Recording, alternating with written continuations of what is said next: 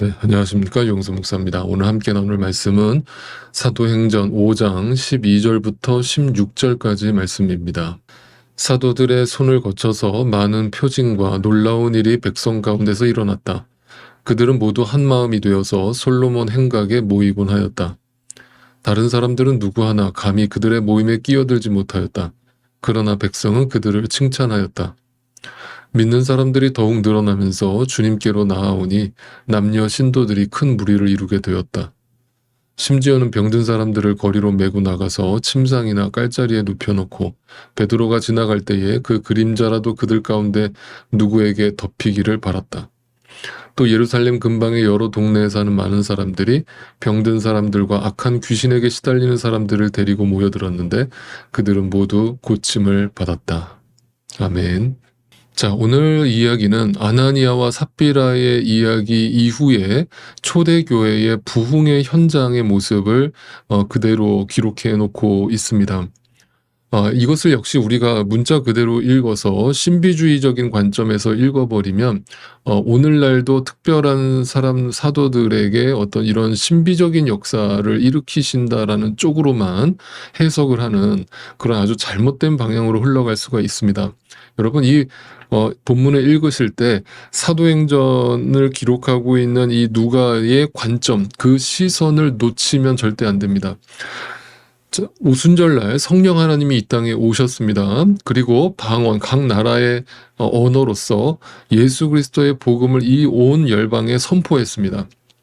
그것은 이 땅에 더 이상 사탄의 권세가 장악하지 못하고 예수 그리스도의 은혜의 복음이 선포되었음을 의미합니다. 그것은 새로운 세상, 새로운 하나님 나라가 이 땅에 도래했음을 의미합니다. 그래서 예수 그리스도를 우리는 영접하고 성령 하나님이 우리 안에 계시면 이미 내 안에 천국이 이루어지는 것이죠. 그래서 천국은 죽어서 가는 내 삶의 연장으로서가 아니라 이미 내 안에 영생이 주어졌고 그 영생은 예수 그리스도를 믿음으로 인해서 주어진 것이며 그것이 바로 내 안에 사탄의 권세, 사탄의 나라가 망하고 하나님의 나라가 회복되었음을 의미합니다. 그것이 내가 이제 옛사람으로 죽고 내가 그리스도 안에서 새로운 피조물, 새 사람이 되었다라고 선언하고 있는 것입니다. 여러분, 그것이 복음의 능력이고 보혈의 능력입니다. 우리는 이 능력을 믿기 때문에 오늘도 예수 그리스도 안에서 내 안에 천국이 있음을 날마다 확인하면서 살아가는 자들입니다. 그러므로 성경에서 말하는 부흥이라는 것은 절대 눈에 보이는 어떤 나라의 회복이나 정치적 회복이나 어떤 눈에 보이는 현상의 회복이라기보다는 근본적으로 내 영이 살았고 그로 인해서 내 혼과 내 육의 삶도 변화가 따른다라는 것에서 우리는 그 하나님 나라를 찾을 수 있는 것입니다. 그러므로 당시 초대 교인들은 그 표적과 기사가 일어났는데 그 표적과 기사는 단지 어떤 이적적인 신비적인 사건만을 말한다라기보다는 그들의 말과 행동이 일치하는 것 자체가 그 당시 시대 속에서, 다시 말하면 죄악된 세상 속에서는 절대 볼 수 없는 하나님 나라의 백성의 모습을 보여주었다. 그것이 교회다. 그것이 교회의 모습이었다. 그래서 그 교회의 모습이 사람들한테 칭송을 받았다. 이 모습을 보여주는 겁니다. 그래서 오늘 12절, 13절을 다시 한번 읽어보겠습니다. 사도들의 손을 거쳐서 많은 표징과 놀라운 일이 백성 가운데서 일어났다. 그들은 모두 한 마음이 되어서 솔로몬 행각에 모이곤 하였다. 다른 사람들은 누구 하나 감히 그들의 모임에 끼어들지 못하였다. 그러나 백성은 그들을 칭찬하였다. 자, 사도들을 통하여 표적과 기사가 많이 일어났다라고 증언하고 있습니다. 그로 인해서 많은 사람들이 매일같이 솔로몬 행각에 모여서, 요즘 말로 하면 예배당에 모여서 하나님의 말씀을 묵상했다라고 증언합니다. 그 말씀을 묵상하는 모습이 얼마나 위엄 있고 권위 있고 품위가 있었는지 감히 다른 사람들이 그 모임 가운데 범접할 수 없는 어떤 거룩함이 그들에게서 느껴졌다라고 성경은 표현하고 있습니다. 그래서 사람들이 감히 그 모임에 끼어들지 못했다라고 하는 이 기록은 이 말을 오해하지 마십시오. 그들의 어떤 모임이 교회 문턱이 높았다라는 뜻이 절대 아닙니다. 믿는 사람들끼리만 어떤 텃세를 부렸다는 게 아닙니다. 그들에게 권위가 있었다는 겁니다. 즉 그들은 아무도 함부로 대하거나 무시하지 못하는 어떤 특별한 어떤 권위가 느껴졌는데 그 이유가 뭐겠습니까? 그들이 바로 믿는 대로 살았기 때문이었습니다. 다시 말해서 그들은 믿지 않는 이 세상 사람들과 뭔가가 달라도 확실히 달랐다는 것입니다. 만약 그들이 모여가지고 막 신비적인 거에 심취해가지고 이적과 기적에 심취해가지고 막 그런 모습으로만 믿는 모습을 보였다면 안 믿는 사람들이 그 모습을 보면서 과연 그들을 칭송했겠습니까? 전혀 그렇지 않습니다. 저 사람들 미쳤다라고만 봤겠죠. 만약 그들이 신비적인 거에만 심취해 있었다면 절대 믿지 않는 사람들이 그들을 칭송할 리가 없습니다. 다시 말하면 그들이 주장하는 예수 그리스도에 대한 복음, 그 하나님 나라, 그 고귀하고 그 거룩한 말씀이 그들의 삶 속에서 어떻게 이루어지는가를 믿지 않는 사람들이 다 옆에서 지켜봤다는 겁니다. 그들이 말하는 대로 산 겁니다. 뭔가 다른 겁니다. 그래서 여러분 이렇게 저는 말씀드립니다. 여기서 등장하는 표적과 기사가 정확하게 무엇인가에 대해서 우리는 단지 어떤 육체적인 변화만을 생각하면 안 됩니다. 그 표적과 기사는 어떻게 보면 궁극적으로 그들이 예수 안에서 변화된 삶으로 나타난 것입니다. 그게 기적입니다. 다시 말하면 하나님 안에서 진짜 능력이 뭡니까? 그 능력이라는 것은 구별됨이 능력입니다. 내가 이 세상 사람들처럼 살지 않고 하나님 나라의 말씀을 받아서 그 하나님의 말씀을 통해서 하나님 나라의 가치관으로 이 땅을 살아내는 그 구별점, 분별력. 여러분 그것이 능력입니다. 그것이 기적입니다. 그것을 믿지 않는 사람들이 보면서 놀라워하는 겁니다. 그러면서 그들을 존경의 눈빛으로 바라보는 겁니다. 여러분 초대 교인들은 믿지 않는 사람들한테 존경받았습니다. 오늘날 크리스찬들 중에 저와 같은 목회자들 중에 믿지 않는 사람들에게마저 존경받는 신앙인들이 어디에 있는지 한번 우리가 돌이켜볼 필요가 있는 겁니다. 여러분 이것을 오해하지 마세요. 이것은 윤리도덕적인 삶을 살자는 말로 또 오해하시면 안 됩니다.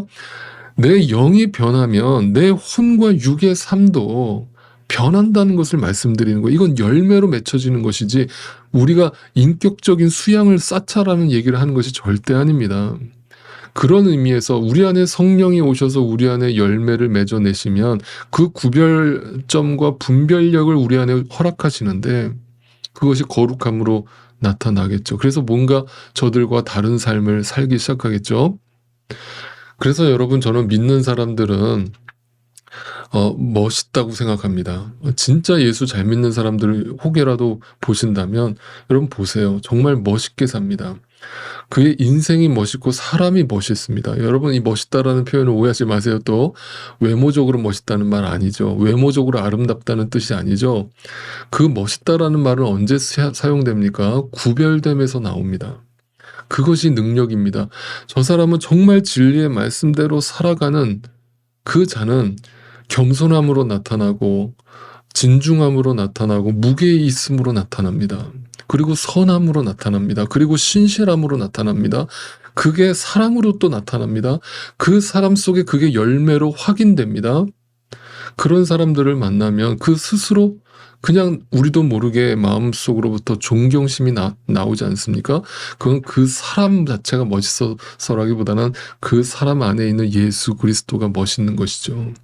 예수님은 멋진 분이셨습니다. 이 세상에서 멋있게 사역을 하시다가 주님 나라 가셨습니다. 여러분 우리는 그 주님의 제자들입니다. 주님의 증인들입니다. 우리 안에 그 주님이 계시고 성령 하나님이 계십니다. 그렇다면 우리의 인생도 어찌 멋지지 않을 수가 있겠습니까? 그래서 오늘 본문에서 베드로 사도가 길을 지나가는데 사람들이 그 그림자라도 덮이기를 바라는 모습을 보여줍니다. 여러분 역시 이 모습을 보면서 단순하게 보면 베드로에게만 하나님이 엄청난 능력을 주셨구나. 베드로 사도 대단한 사람이다. 정말 성자의 반열에 오를 만한 위대한 주님의 제자다라고 이 베드로를 또 우상화하는 그런 기초적인 말씀으로 삼아버리는 구절이 돼버릴 수 있어요. 그래서 로마 가톨릭이 베드로를 초대 교황으로 삼고 성 베드로 성당을 짓고 성 베드로 성당보다 그렇게 위대한 아름다운 성당을 지은 적이 없지 않습니까? 그래놓고 그 베드로를 추앙하지 않습니까? 여러분 그런 모습으로 지금 베드로를 그리고 있는 것이 아닙니다. 베드로가 멋있는 게 아닙니다. 베드로가 존경받는 게 아닙니다. 베드로 안에 능력이 있는 게 아닙니다. 그 베드로를 통해서 역사하고 계시는 그 하나님을 봐야 합니다. 예수 그리스도를 봐야 합니다. 성령 하나님을 봐야 합니다.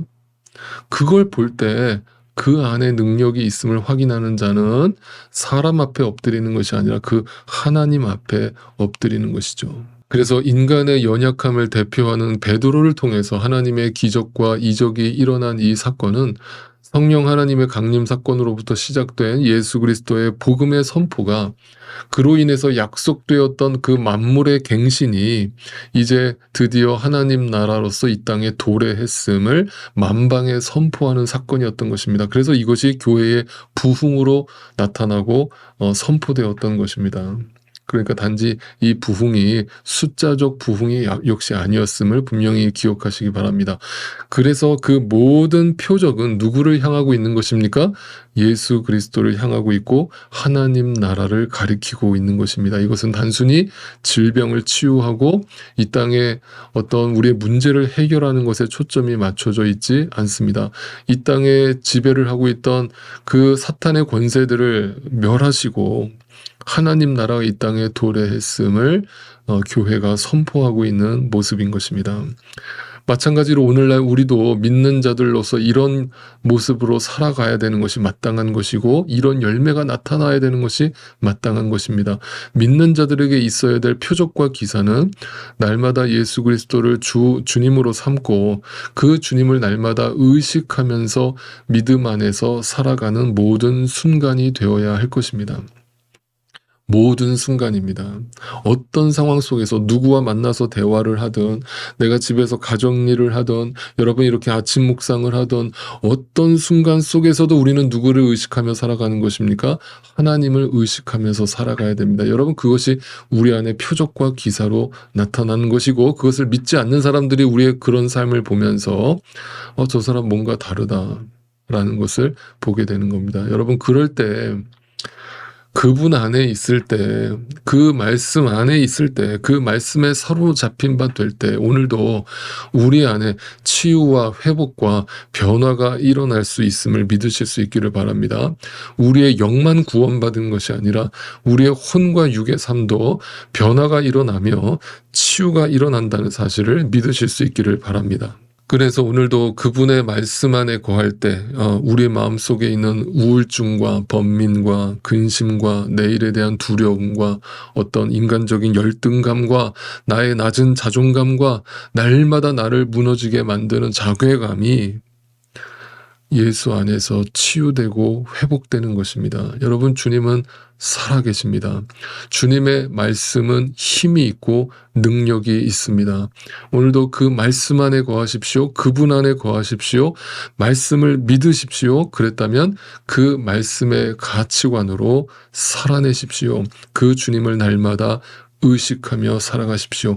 이 표적과 기사가 오늘도 우리 안에서 날마다 확인되고 일어나게 되는 놀라운 주님의 부흥의 역사가 여러분의 삶 가운데, 우리의 심령 가운데 오늘도 일어나게 되기를 간절히 소망합니다.